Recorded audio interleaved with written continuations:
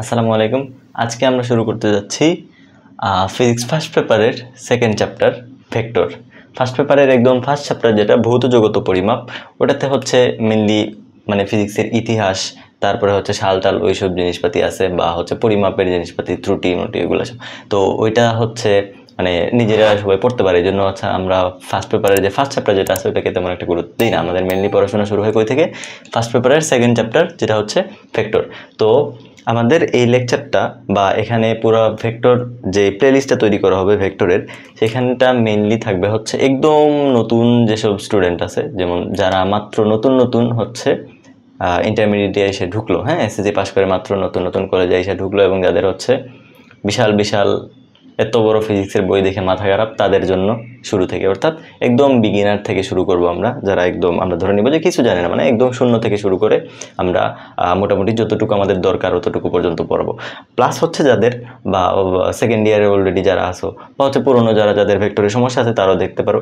আমরা একদম শুরু থেকে একাডেমিক লেভেলের পুরোটা কভার করার চেষ্টা করবো, এবং ইনশাআল্লাহ তুমি যদি পুরোটা মানে একদম ভালো করে মনোযোগ সহকারে দেখো এবং হচ্ছে নোট করো আমার কথাগুলো, যেগুলো ইম্পর্টেন্ট কথাগুলো আমি যেগুলো বলবো এগুলো যদি নোট করে থাকো, তাহলে আশা করি তোমার ভেক্টর চ্যাপ্টারের উপর কোনো রকম কনফিউশন থাকবে না। এবং যেহেতু এটা শুরুর চ্যাপ্টার, তাই এক্সট্রা একটু কথা বলে নিই, সেটা হচ্ছে ভেক্টর ছাড়া তুমি ফিজিক্স ফার্স্ট পেপারের মধ্যে আছে টোটাল 10টা চ্যাপ্টার, সেকেন্ড পেপারে আছে 11টা চ্যাপ্টার। যদি তুমি ভেক্টরের কনসেপ্ট ক্লিয়ার না রাখো, তাহলে ফিজিক্সের একটা চ্যাপ্টারের একটা লাইনও তুমি বুঝবে না। বুঝতে পারছো? এইটা কিন্তু তোমার এসএসসির মতো না। হ্যাঁ, ওখানে হচ্ছে তুমি একটা ফর্মুলা শিখছো, সেই ফর্মুলাটা হচ্ছে মুখস্থ করছো, সেটার অঙ্ক করছো, শেষ। এখানে কিন্তু এরকম না, এখানে প্রত্যেকটা জিনিস বুঝতে হবে, বুঝে বুঝে পড়তে হবে। আমি ভাই সোজা একটা কথা বলি, তুমি হচ্ছে বুঝে বুঝে পড়বা, যেটা বুঝতেছো না এটা পড়ার দরকার নেই, পড়া বাদ। তাও হচ্ছে তুমি না বুঝে পড়বা না, ওকে? প্রত্যেকটা জিনিস বোঝার চেষ্টা করবা, কোনো জিনিস এখানে মুখস্থ করবা না। অ্যাটলিস্ট ফিজিক্সে কোনো জিনিস মুখস্থ করবা না, মুখস্থ করলেই তুমি কোনো না কোনো জায়গায় গিয়ে ধরা খাবা। ওকে, বেশি কথা না বলে আমরা শুরু করি। তো আমাদের শুরু হচ্ছে ভেক্টর। হ্যাঁ, ভেক্টর সেকেন্ড চ্যাপ্টার। তো আমাদের এই যে মহাবিশ্বে আমরা যে কোনো জিনিস যদি মাপতে চাই, হ্যাঁ যেটা পরিমাপ করতে চাই, যে আমি হচ্ছে ধরো চাল কিনবো, তাহলে 2 কেজি চাল কিনলাম, হ্যাঁ 2 কেজি চাল কিনলাম। বা হচ্ছে ধরো আমি আমার কোনো বন্ধুর সাথে দেখা করব, কয়টার সময় দেখা করব, এখন বাজতেছে হচ্ছে 6টা AM, দেখা করব 6টার সময় দেখা করব। বা হচ্ছে আমার হাইট কত, বা হচ্ছে আমার এই যে মার্কারের লেন্থ কত, আমি বললাম 6 সেন্টিমিটার মার্কারের লেন্থ।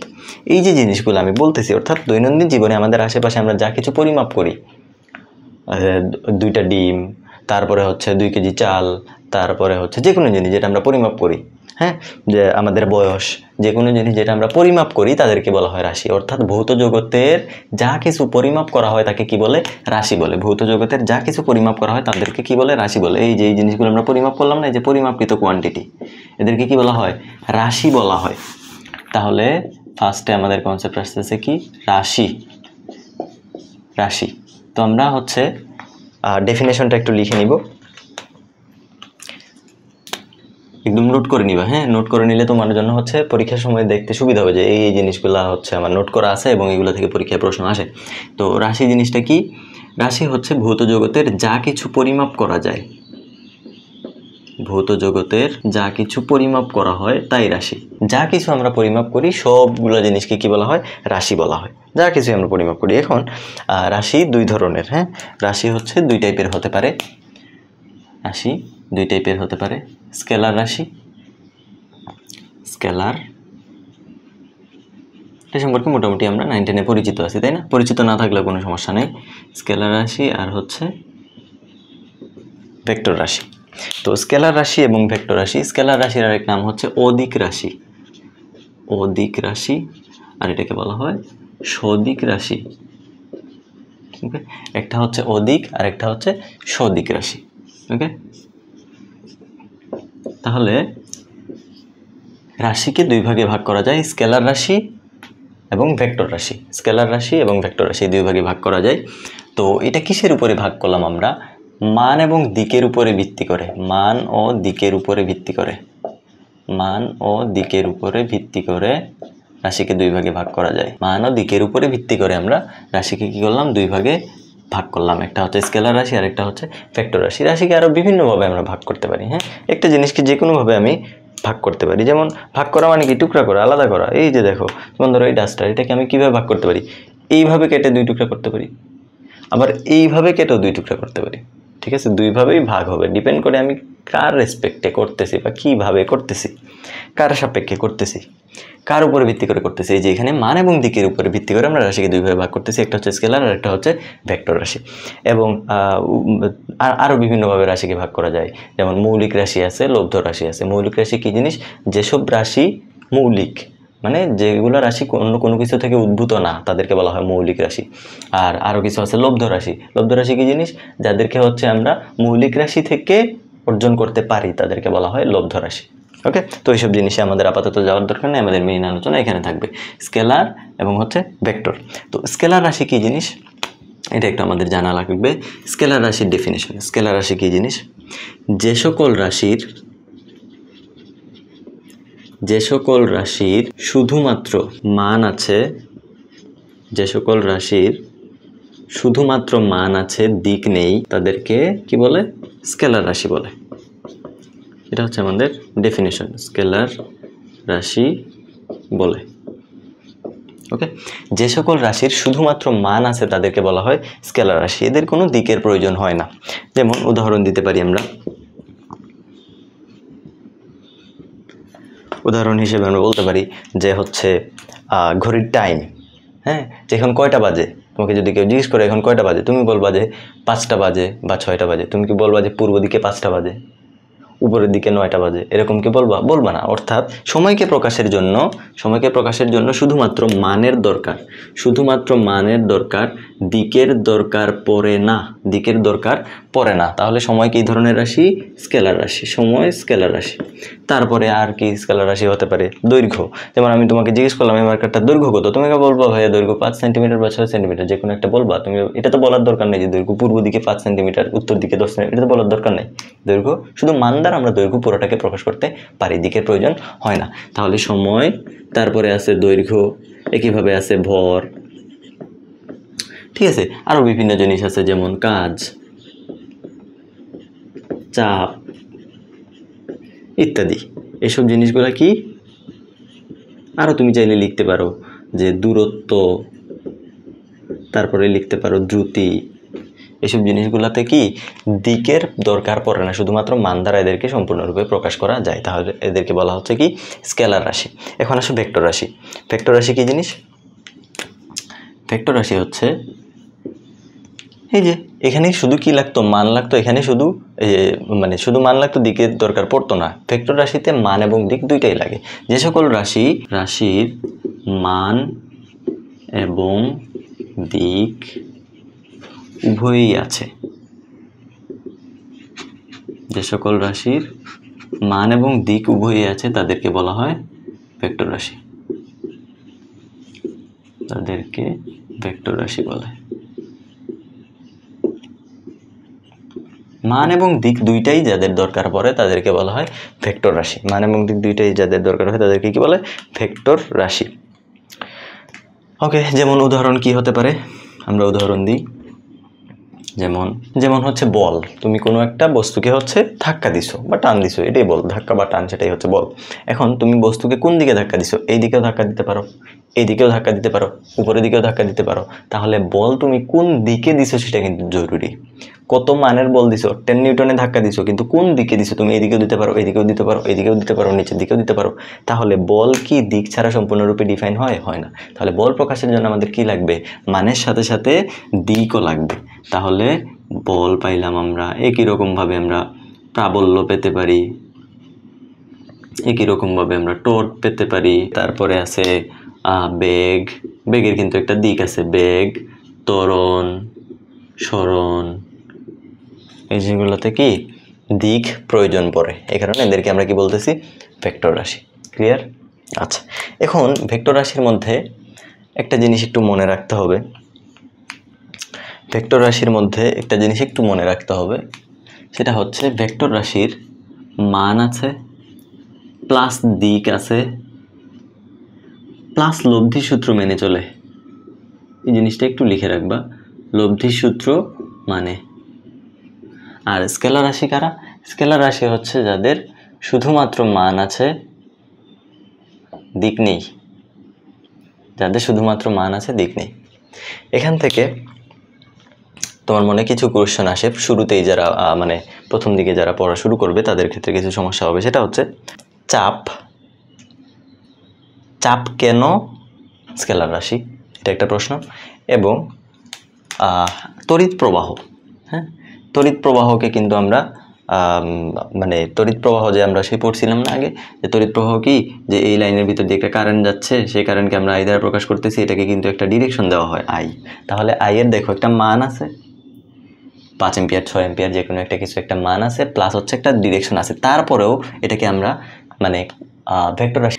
জাস্ট মনে রাখবা যে এই যে তড়িৎ প্রবাহ, তার মান এবং দিক আছে, কিন্তু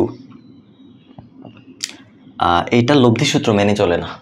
এটা কি করে না? লব্ধি সূত্র মেনে চলে না, লব্ধি সূত্র মেনে চলে না। ঠিক আছে, যেমন উদাহরণ দিই, তুমি জাস্ট এইভাবে বলতে পারো যে এই যে মনে করো যে এরকম দুইটা তার আছে, পরস্পরের মধ্যে ধরো 60 ডিগ্রি অ্যাঙ্গেল, এবং এদিক থেকে একটা তার বেরিয়ে গেছে। তাহলে এই দিক থেকে মনে করো 5 এম্পিয়ার কারেন্ট এসে ঢুকলো, এদিক থেকে 3 এম্পিয়ার কারেন্ট এসে ঢুকলো। তাহলে এই দুইটা মিলে এখানে রেজাল্টেন্ট মোট কারেন্টটা কত বের হবে দেখো তো। এদিক থেকে 5, এদিক থেকে 3, সরাসরি আমরা বলতে পারি 8 এম্পিয়ার কারেন্ট এদিক থেকে চলে যাবে।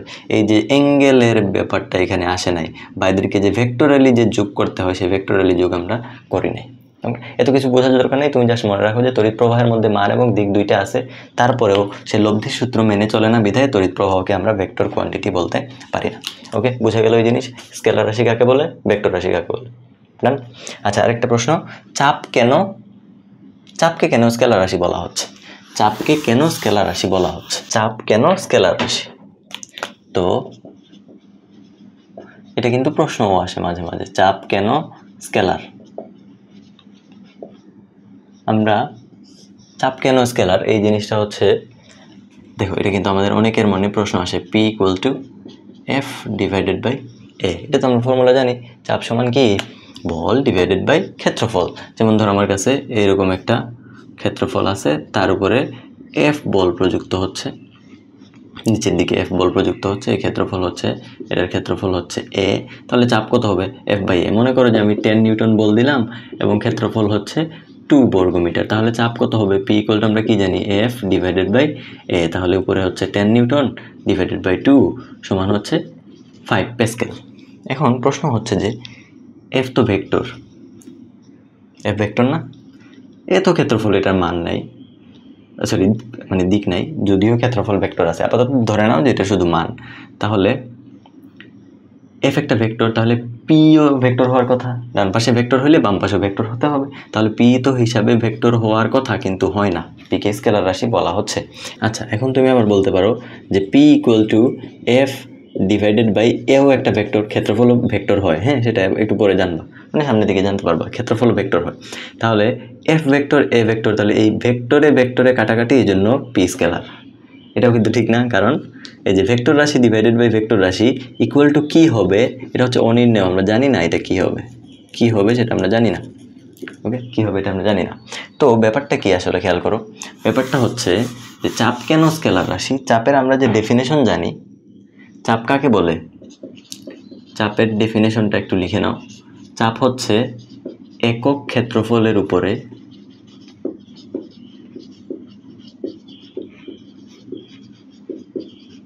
লম্বভাবে প্রযুক্ত বল। হ্যাঁ, লম্বভাবে প্রযুক্ত বলকে চাপ বলে। ইম্পর্টেন্ট কথা হলো লম্বভাবে প্রযুক্ত বল, নট নেসেসারি যে কোনো বল হইলে আমরা এই বলকে হচ্ছে ক্ষেত্রফল দ্বারা ভাগ করে দিলে চাপ পাবো, এরকম না। যেমন এই যে আমাদের কাছে একটা ক্ষেত্রফল আছে, মনে করো এটা হচ্ছে 2 বর্গমিটার, এবং আমি হচ্ছে এখন করলাম কি, খেয়াল করো, এটা হচ্ছে আমাদের পারপেন্ডিকুলার লম্ব, হ্যাঁ, এই তলের উপরে লম্ব। আমি লম্ব বরাবর বল না দিয়ে এই বরাবর বল প্রয়োগ করলাম, 10 নিউটন বল প্রয়োগ করলাম, লম্ব বরাবর না দিয়ে, মনে করো যে একটা অ্যাঙ্গেল করে বল প্রয়োগ করলাম, 60 ডিগ্রি ধরে নাও, 60 ডিগ্রি অ্যাঙ্গেলে বল প্রয়োগ করলাম। এখন তুমি একটু খেয়াল করো, সেটা হচ্ছে আমরা কি জানি formula, P equal to F by A না লিখে সবচেয়ে বেটার হয় তুমি এইটা লিখবা, F perpendicular divided by A. এই যে নিচে টির মতো উল্টানো টির মতো দিলাম একটা সাইন, এটা দ্বারা কি বোঝাচ্ছে? লম্ব বরাবর বল, লম্ব বরাবর প্রযুক্ত বল। তাহলে দেখো এই যে 10 নিউটন, এটা কিন্তু তুমি হচ্ছে পুরোপুরি লম্ব বরাবর বল প্রযুক্ত করতেছ না। খেয়াল করো, ব্যাপারটা হচ্ছে অনেকটা এরকম যে এই হচ্ছে তোমার একটা ক্ষেত্রফল, এর উপরে যদি আমি এইভাবে বল প্রয়োগ করতাম তাহলে পুরো বলটাই এই যে উপরের এফ এ কাউন্ট হইতো লম্ব বরাবর, পুরো বলটাই লম্ব বরাবর। কিন্তু আমি এখন বল প্রযুক্ত করতেছি এরকম, এটা কি লম্ব বরাবর হয়েছে? না, লম্ব বরাবর হয় নাই। তাহলে এই পুরোটা আমি এখন বল হিসাবে কাউন্ট করতে পারবো না, যে এফ পারপেন্ডিকুলার লম্ব বরাবর যতটুকু বল ততটুকু আমার হিসাব করা লাগবে। তো এখানে হচ্ছে 10 নিউটন, তো 10 এর একটা পার্ট হচ্ছে লম্ব বরাবর কাজ করবে, 10 এর একটা পার্ট লম্ব বরাবর কাজ করবে। ওটা আমরা জানি না, এখন আমরা পড়ি নাই। ধরে নাও যে 10 এর একটা অংশ এইদিকে কাজ করবে, সেই অংশটা কত? ধরে নাও যে হচ্ছে কত ধরবা, এ অংশ সরাসরি লম্ব বরাবর কাজ করছে। তাহলে চাপ হবে নট 10 ডিভাইডেড বাই 2, চাপ হবে লম্ব বরাবর যতটুকু বল কাজ করে ডিভাইডেড বাই 2। কথা কি ক্লিয়ার? তাহলে দেখো চাপের ডেফিনেশনের মধ্যে আমি লম্বভাবে কথাটা বলে দিছি না, চাপের যে ডেফিনেশন সেখানেই তো আমি লম্ব কথাটা বলে দিলাম, অর্থাৎ দিকটা ডিফাইন করে দিলাম। তাহলে আলাদা করে বলবে যে এটার দিক লম্ব বরাবর, লম্বভাবে তলের দিকে লম্ব হবে। তাহলে এখানে কি আমার আলাদা করে আর কোনো দিকের দিক বলে দেওয়ার দরকার আছে? চাপের দিক ফিক্সড, ডিফাইন্ড, লম্ব ছাড়া অন্য কোনো দিকে চাপ হতে পারে না। ক্লিয়ার? সরি, বল প্রযুক্ত হতে পারে না। আর বল প্রযুক্ত যদি না হয়, মানে বলকে যদি আমি ফিক্সড করে দিলাম একটা নির্দিষ্ট ডিরেকশনে, তাহলে এই বল অন্য কোনো ডিরেকশনে হতে পারে না। একটা নির্দিষ্ট ফিক্সড ডিরেকশনে একটা বল আছে, সেটাকে আলাদা করে নাম দেওয়ার কোনো দরকার নেই। এই কারণে চাপকে আমরা কি বলি? Scalar quantity. বুঝা গেল? ওকে, আশা করি বুঝতে পারছো। আচ্ছা, নেক্সট হচ্ছে ভেক্টর রাশির মানে ভেক্টর রাশিকে আমরা প্রকাশ করব। হ্যাঁ, তো যে কোনো জিনিসকে আমি দুইভাবে প্রকাশ করতে পারি, একটা হচ্ছে যে মনে করো যে আমি বাজার থেকে দুইটা ডিম কিনে নিয়ে আসলাম। হ্যাঁ, এখন দুইটা ডিম আমি কিভাবে প্রকাশ করতে পারি? যে এই একটা ডিম, এই একটা ডিম, দুইটা ডিম প্রকাশ করা যায় এভাবে, প্রতীক দিয়ে বুঝাই দিলাম যে এই একটা ছবি আঁকে বুঝাই দিলাম যে সরাসরি জ্যামিতিক আকৃতিতে এইটা আর এটা। অথবা আমি এইভাবে লিখতে পারতাম যে দুইটা ডিম, এই যে দুই প্রতীক বা সংখ্যা দ্বারা আমি প্রকাশ করতে পারি। আবার এখানে ছবি এঁকে আমি প্রকাশ করতে পারি। আমি যদি তিনটা আনতাম তাহলে তিনটা ছবি দিতাম। যে কোনো জিনিসকে আমি প্রকাশ করব কিভাবে? দুইভাবে করতে পারি। একটা হচ্ছে এই যে চিত্রের মাধ্যমে বা সেই প্রকাশের মাধ্যমে, এটাকে বলে জ্যামিতিক প্রকৃতি, জ্যামিতিকভাবে আমি একটা জিনিসকে প্রকাশ করতে পারি, জ্যামিতিক পদ্ধতিতে প্রকাশ করতে পারি। আর একটা হচ্ছে কি, এই যেটা মান দ্বারা বা বীজগাণিতিক পদ্ধতিতে, প্রতীকের মাধ্যমে। বুঝা গেছে? একটা হচ্ছে প্রতীকের মাধ্যমে, একটা জ্যামিতির মাধ্যমে, জ্যামিতিক পদ্ধতি একটা, আর একটা হচ্ছে বীজগাণিতিক মাধ্যম, জ্যামিতিক মাধ্যম, বীজগাণিতিক মাধ্যম বা সাংখ্যিক মাধ্যমও বলা হয়, প্রতীকী মাধ্যমও বলা হয়। ওকে, তাহলে ভেক্টর রাশির কি প্রকাশ, ভেক্টর রাশিকে আমরা কিভাবে প্রকাশ করতে পারি?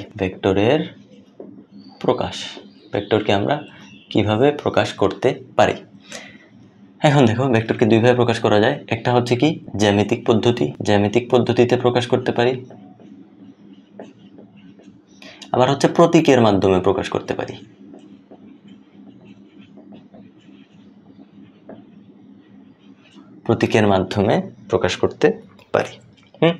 তো জ্যামিতিক পদ্ধতির মাধ্যমে প্রকাশ করতে পারি, প্রতীকের পদ্ধতি, এটাকে এক একজন এক এক জিনিস বলে। যাই হোক, আমরা তো মেইন জিনিস বুঝছি যে সংখ্যার মাধ্যমে প্রকাশ করা হয়, কোন একটা নোটেশনের মাধ্যমে, প্রতীকের মাধ্যমে।